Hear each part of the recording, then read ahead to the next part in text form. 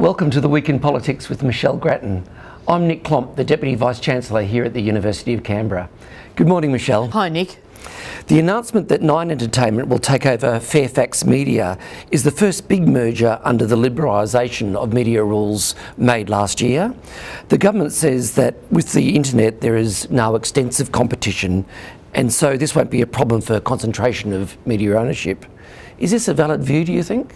I think the first point to make is that changes in technology have put a lot of pressure on the media in a financial sense, particularly as well as in terms of the sort of competition that's now in the marketplace. So the pressures for liberalisation were very great. However, the government's reformulation of the media rules, I think, has led to a situation where diversity in a real sense will be cut back. Yes, the internet means that there are many voices, but all voices aren't equal. And it's the big organisations that have the capacity to gather news, to do the investigations. They have the money, they have the staff, they have actually less of both of those things comparatively in recent years, but nevertheless, compared to all the smaller sites without resources on the internet, which are primarily opinion sites often. So in terms of real diversity, real power, I think this takeover, because it's not really a merger, it's a takeover by Channel 9 of Fairfax, means that there will be less diversity over time. The pressures will be to rationalise, to cut costs, and that will mean less journalist resources, less competition. Labor backbencher Emma Husar is in hot water over an ongoing investigation into her conduct towards her staff. She has since taken personal leave. Is this a serious issue for Labor at all? Yes, I think it is. She holds a very marginal seat, Lindsay, in New South Wales. The investigation into her alleged misuse of staff and bullying and so on has been going on a long time. We're getting close to an election. Labor does not want this distraction generally and in such a marginal seat.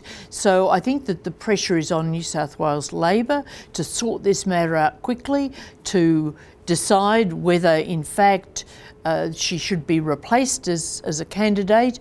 Labor won't want another by-election, so she'd have to go through to the election but get another candidate for the election, or whether they think that she's basically in the clear and they stick by her. But whatever happens, even if they do stay with her, I think she would go into the next election carrying a lot of baggage. Yeah. After a long campaign, Super Saturday is finally here. Michelle, almost here. Almost as we talk.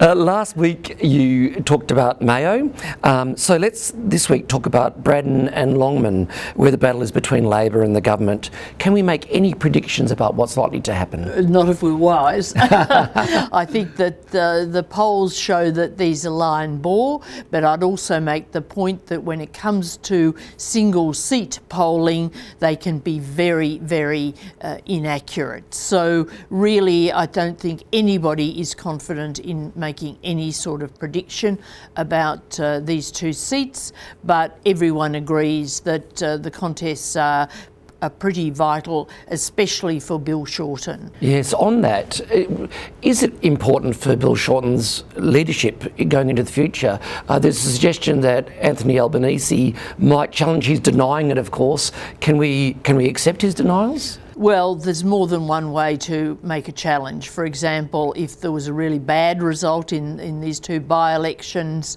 there could be a delegation go to Bill Shorten. Would that be a challenge? In fact, I think there's little doubt that Anthony Albanese is positioning himself in case these seats go badly for the ALP.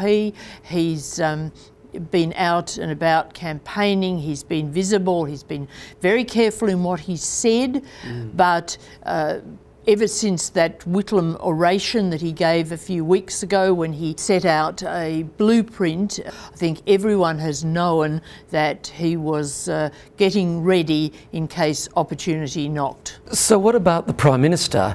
Typically by-elections go against the government, so can he always claim if it's a poor result that it was expected and claim victory if it's a good result for him? Yes, he can. Obviously this is such a high-profile battle that if he didn't secure either of these Labor seats, he didn't win in Mayo, where a crossbencher is fending off a challenge by the Liberals, then it would be a setback because there's been so much attention on this contest.